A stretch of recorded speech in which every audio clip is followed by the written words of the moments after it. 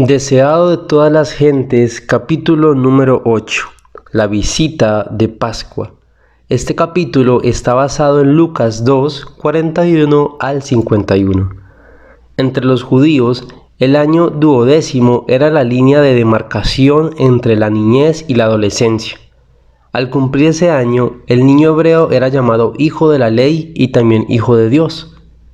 Se le daban oportunidades especiales para instruirse en la religión y se esperaba que participase en sus fiestas y ritos sagrados. De acuerdo con esta costumbre, Jesús hizo en su niñez una visita de Pascua a Jerusalén, como todos los israelitas devotos. José y María subían cada año para asistir a la Pascua, y cuando Jesús tuvo la edad requerida, le llevaron consigo. Había 3 fiestas anuales: la Pascua, Pentecostés y la fiesta de las cabañas, en las cuales todos los hombres de Israel debían presentarse delante del Señor en Jerusalén. De estas fiestas, la Pascua era la más concurrida. Acudían muchos de todos los países donde se hallaban dispersos los judíos. De todas partes de Palestina venían los adoradores en grandes multitudes. El viaje desde Galilea ocupaba varios días y los viajeros se unían en grandes grupos para obtener compañía y protección. Las mujeres y los ancianos iban montados en bueyes y asnos en los lugares escabrosos del camino. Los hombres fuertes y los jóvenes viajaban a pie. El tiempo de la Pascua correspondía a fines de marzo o principios de abril, y todo el país era alegrado por las flores y el canto de los pájaros. A lo largo de todo el camino había lugares memorables en la historia de Israel, y los padres y las madres relataban a sus hijos las maravillas que Dios había hecho en favor de su pueblo en los siglos pasados. Amenizaban su viaje con cantos y música, y cuando por fin se vislumbraban las torres de Jerusalén, todas las voces cantaban la triunfante estrofa: en tus atrios descansarán nuestros pies, oh Jerusalén. Reine la paz dentro de tus muros y la abundancia en tus palacios. La observancia de la Pascua empezó con el nacimiento de la nación hebrea, la última noche de servidumbre en Egipto. Cuando aún no se veían indicios de liberación, Dios le ordenó que se preparase para una liberación inmediata. Él había advertido al faraón del juicio final de los egipcios e indicó a los hebreos que reuniesen a sus familias en sus moradas. Habiendo asperjado los dinteles de sus puertas con la sangre del cordero inmolado, habían de comer el cordero asado, con pan sin levadura y hierbas amargas. Así habéis de comerlo, dijo: ceñidos vuestros lomos, vuestros zapatos en vuestros pies, y vuestro bordón en vuestra mano, y lo comeréis apresuradamente. Es la Pascua de Jehová. A la medianoche, todos los primogénitos de los egipcios perecieron.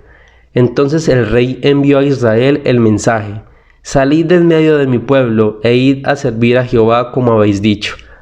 Los hebreos salieron de Egipto como una nación independiente. El Señor había ordenado que la Pascua fuese observada anualmente, y dijo él: cuando os dijeren vuestros hijos: ¿qué rito es este vuestro? Vosotros responderéis: es la víctima de la Pascua de Jehová, el cual pasó las casas de los hijos de Israel en Egipto cuando hirió a los egipcios. Y así, de generación en generación, había de repetirse la historia de esa liberación maravillosa. La Pascua iba seguida de los 7 días de panes ácimos. El segundo día de la fiesta se representaba una gávila de cebada delante del Señor como primicias de la mies del año. Todas las ceremonias de la fiesta eran figuras de la obra de Cristo. La liberación de Israel del yugo egipcio era una lección objetiva de la redención que la Pascua estaba destinada a rememorar. El cordero inmolado, el pan sin levadura, la gávila de las primicias representaban al Salvador. Para la mayor parte del pueblo que vivía en los días de Cristo, la observancia de esta fiesta había degenerado en formalismo, pero ¿cuál no era su significado para el Hijo de Dios? Por primera vez, el niño Jesús miraba el templo. Veía a los sacerdotes de albos vestidos cumplir un solemne ministerio. Contemplaba la sangrante víctima sobre el altar del sacrificio. Juntamente con los adoradores, se inclinaba en oración mientras que la nube de incienso ascendía delante de Dios. Presenciaba los impresionantes ritos del servicio pascual. Día tras día veía más claramente su significado. Todo acto parecía ligado con su propia vida. Se despertaban nuevos impulsos en él. Silencioso y absorto parecía estar estudiando un gran problema. El misterio de su misión se estaba revelando al Salvador. Arrobado en la contemplación de estas escenas, no permaneció al lado de sus padres. Buscó la soledad. Cuando terminaron los servicios pascuales, se demoró en los atrios del templo y cuando los adoradores salieron de Jerusalén, él fue dejado atrás. En esta visita a Jerusalén, los padres de Jesús desearon ponerle en relación con los grandes maestros de Israel. Aunque era obediente en todo detalle a la palabra de Dios, no se conformaba con los ritos y las costumbres de los rabinos. José y María esperaban que se le pudiese inducir a reverenciar a esos sabios y a prestar más diligente atención a sus requerimientos. Pero en el templo Jesús había sido enseñado por Dios y empezó enseguida a impartir lo que había recibido. En aquel tiempo, una dependencia del templo servía de local para una escuela sagrada, semejante a las escuelas de los profetas. Allí rabinos eminentes se reunían con sus alumnos, y allí se dirigió el niño Jesús. Sentándose a los pies de aquellos hombres graves y sabios, escuchaba sus enseñanzas. Como quien busca sabiduría, interrogaba a esos maestros acerca de las profecías y de los acontecimientos que entonces ocurrían y señalaban el advenimiento del Mesías. Jesús se presentó como quien tiene sed del conocimiento de Dios. Sus preguntas sugerían verdades profundas que habían quedado obscurecidas desde hacía mucho tiempo y que, sin embargo, eran vitales para la salvación de las almas. Al paso de cada pregunta revelaba cuán estrecha y superficial era la sabiduría de los sabios. Les presentaba una lección divina y hacía ver la verdad desde un nuevo punto de vista. Los rabinos hablaban de la admirable exaltación de la venida del Mesías, proporcionaría a la nación judía, pero Jesús presentó la profecía de Isaías y les preguntó qué significaban aquellos textos que señalaban los sufrimientos y la muerte del Cordero de Dios. Los doctores le dirigieron preguntas y quedaron asombrados al oír sus respuestas. Con la humildad de un niño, repitió las palabras de la Escritura, dándoles una profundidad de significado que los sabios no habían concebido. De haber seguido los trazos de la verdad que él señalaba, habrían realizado una reforma en la religión de su tiempo. Se habría despertado un profundo interés en las cosas espirituales y al iniciar Jesús su ministerio, muchos habrían estado preparados para recibirle. Los rabinos sabían que Jesús no había recibido instrucción en sus escuelas, y sin embargo, su comprensión de las profecías excedía en mucho a la suya. En ese reflexivo niño Galileo discernían grandes promesas. Desearon asegurárselo como alumno, a fin de que llegase a ser un maestro de Israel. Querían encargarse de su educación, convencidos de que una mente tan original debía ser educada bajo su dirección. Las palabras de Jesús habían conmovido sus corazones como nunca lo habían sido por palabras de los labios humanos. Dios estaba tratando de dar luz a aquellos dirigentes de Israel y empleaba el único medio por el cual podían ser alcanzados. Su orgullo se habría negado a admitir que podían recibir instrucción de alguno. Si Jesús hubiese aparentado tratar de enseñarles, habrían desdeñado su escucharle. Pero se lisonjeaban de que le estaba enseñando, o por lo menos examinando su conocimiento de las Escrituras. La modestia y gracia juvenil de Jesús desarmaba sus prejuicios. Inconscientemente se abrían sus mentes a la palabra de Dios y el Espíritu Santo hablaba a sus corazones. No podían sino ver que su expectativa concerniente al Mesías no estaba sostenida por la profecía, pero no querían renunciar a las teorías que habían halagado su ambición. No querían admitir que no habían interpretado correctamente las escrituras que pretendían enseñar. Se preguntaban unos a otros: ¿cómo tiene este joven conocimiento no habiendo nunca aprendido? La luz estaba resplandeciendo en las tinieblas, mas las tinieblas no la comprendieron. Mientras tanto, José y María estaban en gran perplejidad y angustia. Al salir de Jerusalén habían perdido de vista a Jesús y no sabían qué se había quedado atrás. El país estaba entonces densamente poblado y las caravanas de Galilea eran muy grandes. Había mucha confusión al salir de la ciudad. Mientras viajaban, el placer de andar con amigos y conocidos absorbió su atención y no notaron la ausencia de Jesús hasta que llegó la noche. Entonces, al detenerse para descansar, echaron de menos la mano servicial de su hijo. Suponiendo que estaría con el grupo que los acompañaba, no sintieron ansiedad. Aunque era joven, había confiado implícitamente en él, esperando que cuando le necesitasen estaría listo para ayudarles, anticipándose a sus menesteres como siempre lo había hecho. Pero ahora sus temores se despertaron. Le buscaron por toda la compañía, pero fue en vano. Estremeciéndose recordaron cómo Herodes había tratado de destruirle en su infancia. Sombríos presentimientos llenaron sus corazones y se hizo cada uno amargos reproches. Volviendo a Jerusalén, prosiguieron su búsqueda. Al día siguiente, mientras andaban entre los adoradores del templo, una voz familiar les habló y les llamó la atención. No podían equivocarse, no había otra voz como la suya, tan seria, ferviente, aunque tan melodiosa. En la escuela de los rabinos encontraron a Jesús. Aunque llenos de regocijo, no podían olvidar su pesar y ansiedad.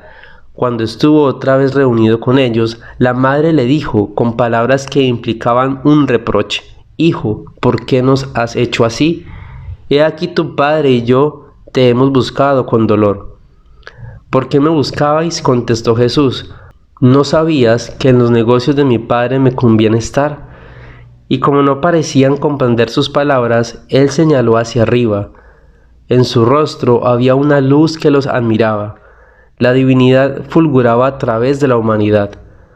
Al hallarle en el templo, habían escuchado lo que sucedía entre él y los rabinos, y se habían asombrado de sus preguntas y sus respuestas.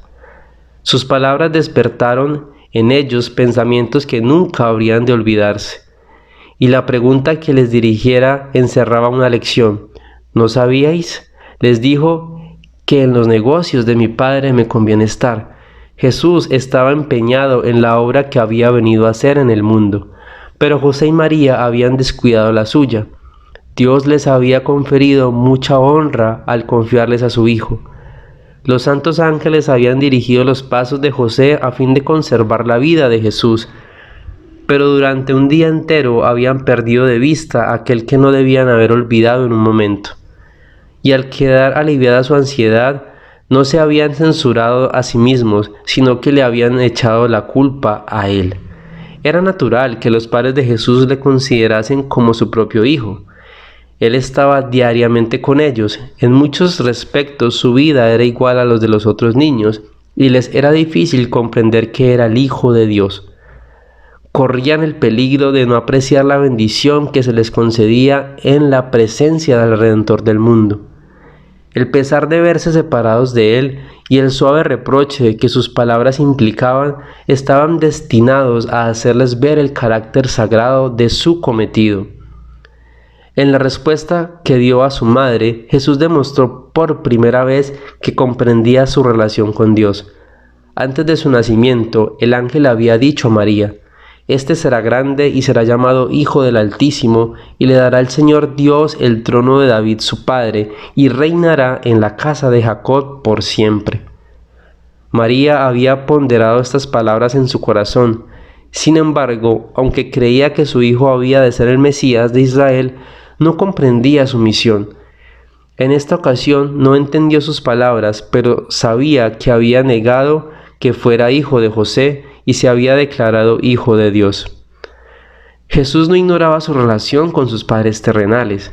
Desde Jerusalén volvió a casa de ellos y les ayudó en su vida de trabajo. Ocultó en su corazón el misterio de su misión, esperando sumiso el momento señalado en que debía emprender su labor. Durante 18 años, después de haber aseverado ser hijo de Dios, reconoció el vínculo que le unía a la familia de Nazaret y cumplió los deberes de hijo, hermano, amigo y ciudadano. Al revelársele a Jesús su misión en el templo, rehuyó el contacto de la multitud. Deseaba volver tranquilamente de Jerusalén con aquellos que conocían el secreto de su vida. Mediante el servicio pascual, Dios estaba tratando de apartar a sus hijos de sus congojas mundanales y recordarles la obra admirable que Él realizara al librarlos de Egipto. Él deseaba que viesen en esta obra una promesa de liberación del pecado.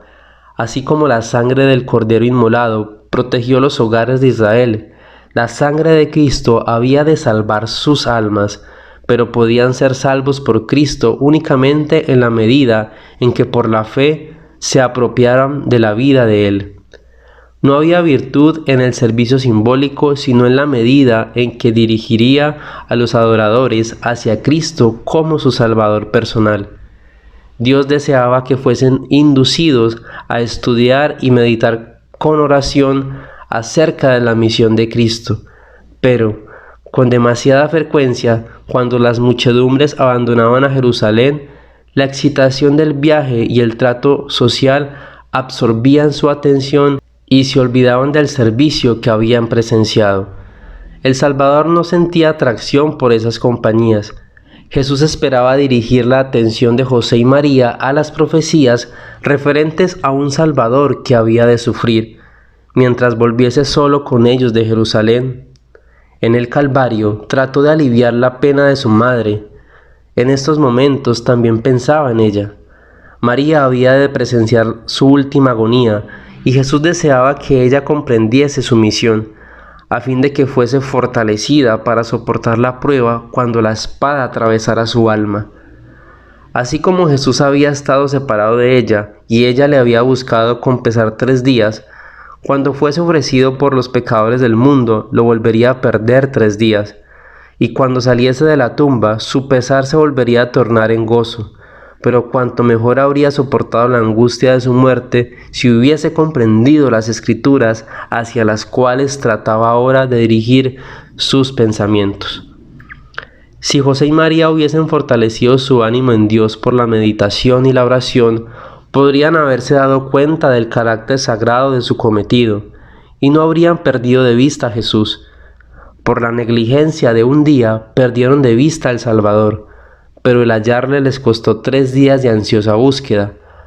Por la conversación ociosa, la maledicencia o el descuido de la oración, podemos en un día perder la presencia del Salvador, y pueden requerirse muchos días de pesarosa búsqueda para hallarle y recobrar la paz que habíamos perdido. En nuestro trato mutuo debemos tener cuidado de no olvidar a Jesús, ni pasar por alto el hecho de que no está con nosotros. Cuando nos dejamos absorber por las cosas mundanales, de tal manera que no nos acordamos de aquel en quien se concentra nuestra esperanza de vida eterna, nos separamos de Jesús y de los ángeles celestiales. Estos seres santos no pueden permanecer donde no se desea la presencia del Salvador ni se nota su ausencia. Esta es la razón por la cual existe con tanta frecuencia el desaliento entre los que profesan seguir a Cristo. Muchos asisten a los servicios religiosos y se sienten refrigerados y consolados por la palabra de Dios, pero por descuidar la meditación, la vigilancia y la oración, pierden la bendición y se hallan más indigentes que antes de recibirla. Con frecuencia les parece que Dios los ha tratado duramente. No ven que ellos tienen la culpa.